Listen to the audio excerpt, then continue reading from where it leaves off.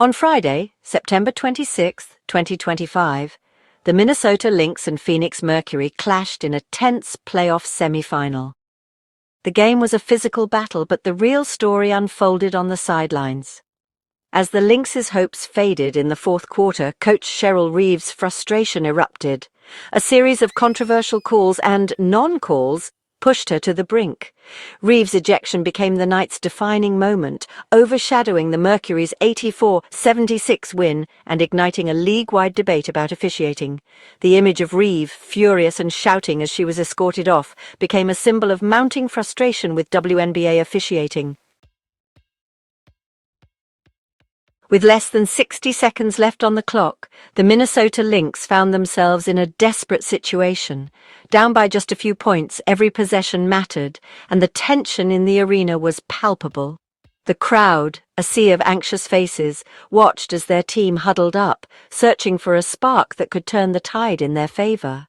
The Lynx had battled all game, clawing back from deficits, but now, with the championship hopes hanging by a thread, the pressure was at its peak. The ball found its way into the hands of Napheesa Collier, the Lynx's star forward and a player known for her poise under pressure. Collier, who had already carried much of the offensive load that night, took a deep breath and began to orchestrate what could be the most important play of the season. Her teammates cleared out, trusting her to make something happen when it mattered most. As Collier drove hard to the basket, determined to close the gap, Mercury forward Alyssa Thomas stepped up defensively. In a split second, Thomas reached in, her arm swiping at the ball. The contact was unmistakable. Collier lost her balance, the ball was stripped away, and she crashed to the hard wood, her face contorted in pain. The play unfolded in a blur, but the impact was clear. Collier was down, and the Lynx's hopes were suddenly in jeopardy. While the Mercury capitalized on the turnover, racing down the court for an easy fast-break layup, Collier remained on the floor, clutching her ankle.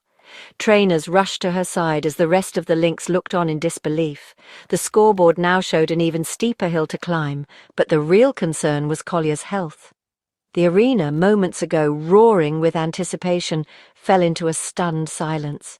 Fans held their breath, some with hands over their mouths, others frozen in their seats.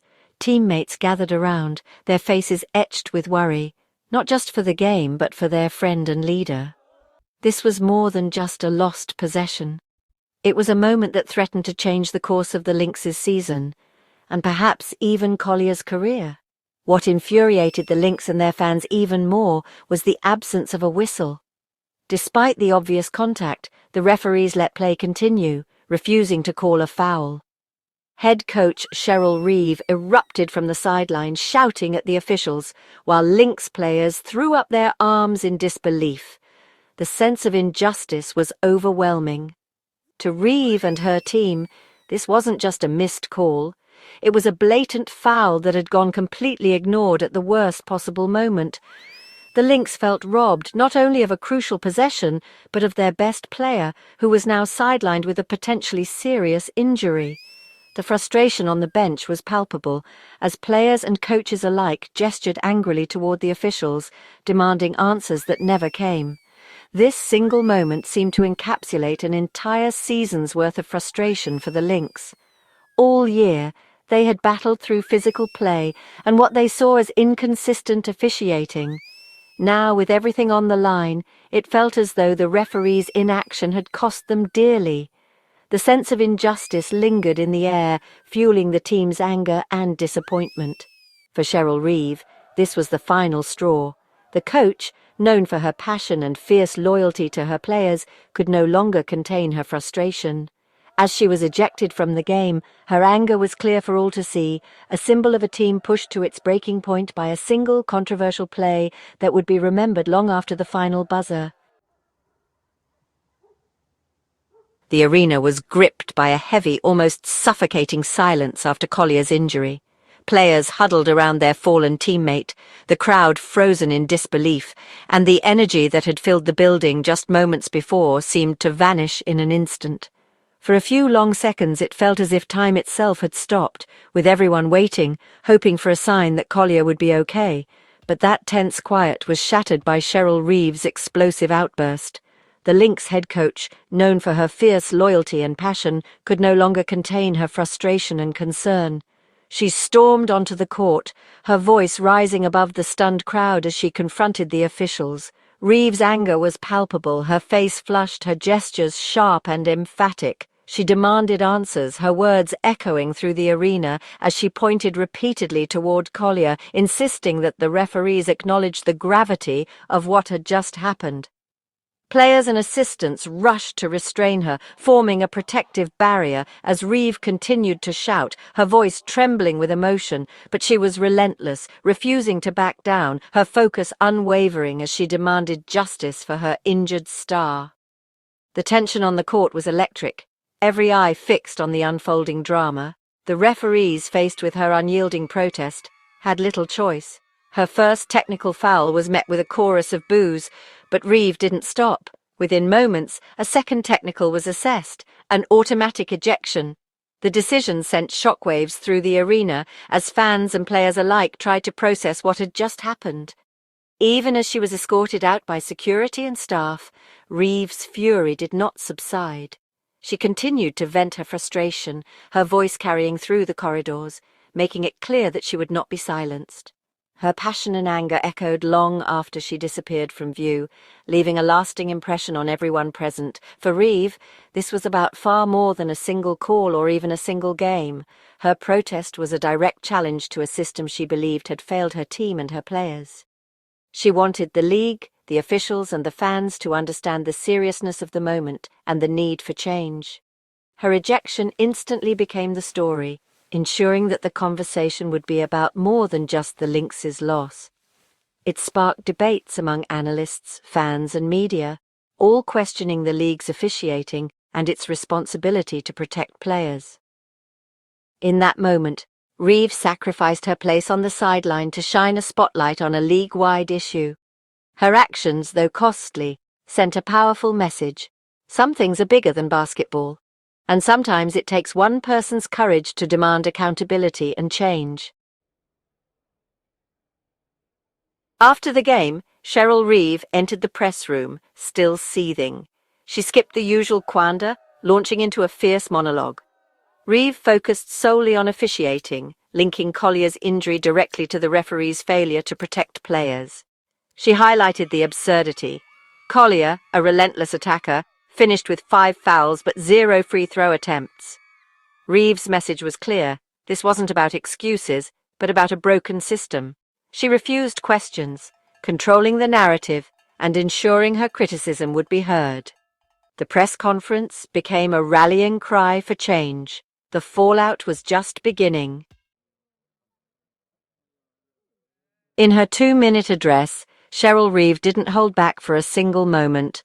The Minnesota Lynx head coach, known for her candor and fierce advocacy for her players, unleashed a torrent of criticism that reverberated throughout the WNBA community. Her words were not just a reaction to a single game, but a culmination of mounting frustration over what she perceives as a persistent lack of accountability in league officiating. Reeve went so far as to name the officiating crew, Isaac Barnett, Randy Richardson, and Jenna Renault, directly calling out their assignment to a high-stakes playoff game as, in her words, F-ing malpractice. This wasn't just a passing comment, it was a pointed accusation, delivered with the weight of a coach who's seen her team's fate influenced by questionable calls one too many times. Her language was raw and unfiltered, underscoring her deep belief that the league had failed in its fundamental duty to ensure competent, fair officiating. Reeve's tone made it clear. This was about more than just one game. It was about the integrity of the sport and the respect owed to its athletes. Reeve didn't just vent her anger, she laid out specifics. She described how her star player, Napheesa Collier, was repeatedly targeted with aggressive physical play. Despite the obvious contact, Collier received no meaningful protection from the officials. Reeve argued that this lack of intervention not only put her player at risk, but also sent a troubling message about what the league was willing to tolerate. The statistics told their own story. Collier drew 5 fouls during the game, yet somehow did not attempt a single free throw.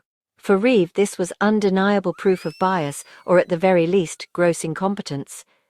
She pointed to the box score as evidence that something was fundamentally broken in the way games were being officiated. As her press conference drew to a close, Reeve delivered a damning verdict on the officiating. "They're effing awful." Her words echoed the frustration of players, coaches, and fans who have long called for higher standards and greater transparency in the WNBA's officiating process. Reeve knew her comments would likely result in fines or other disciplinary action, but she was undeterred. By speaking out so forcefully, she forced a conversation the league could no longer ignore, one about fairness, player safety, and the future credibility of the WNBA itself. Reeve's outburst echoed frustrations shared by coaches across the WNBA.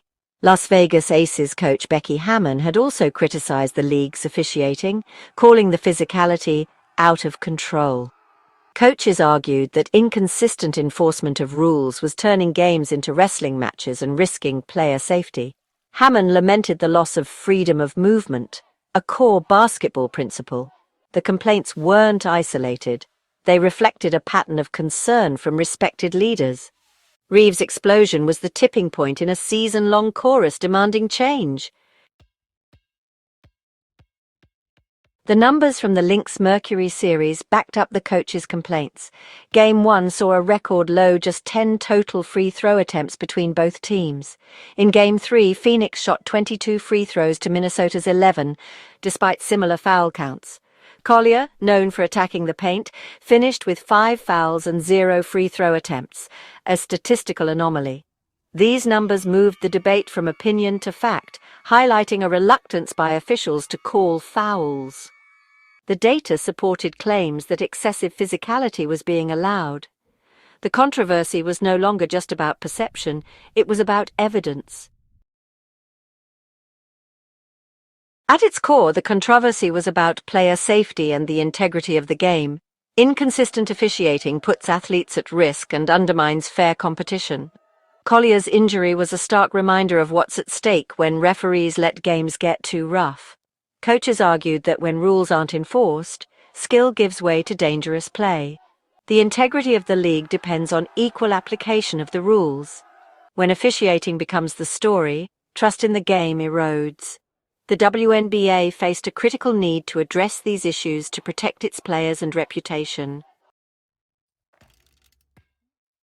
The 2025 playoffs forced the WNBA to confront its officiating crisis. The league's growth was threatened by public outcry from respected coaches like Reeve. Fining Reeve wouldn't be enough. The league needed a transparent review of its officiating program.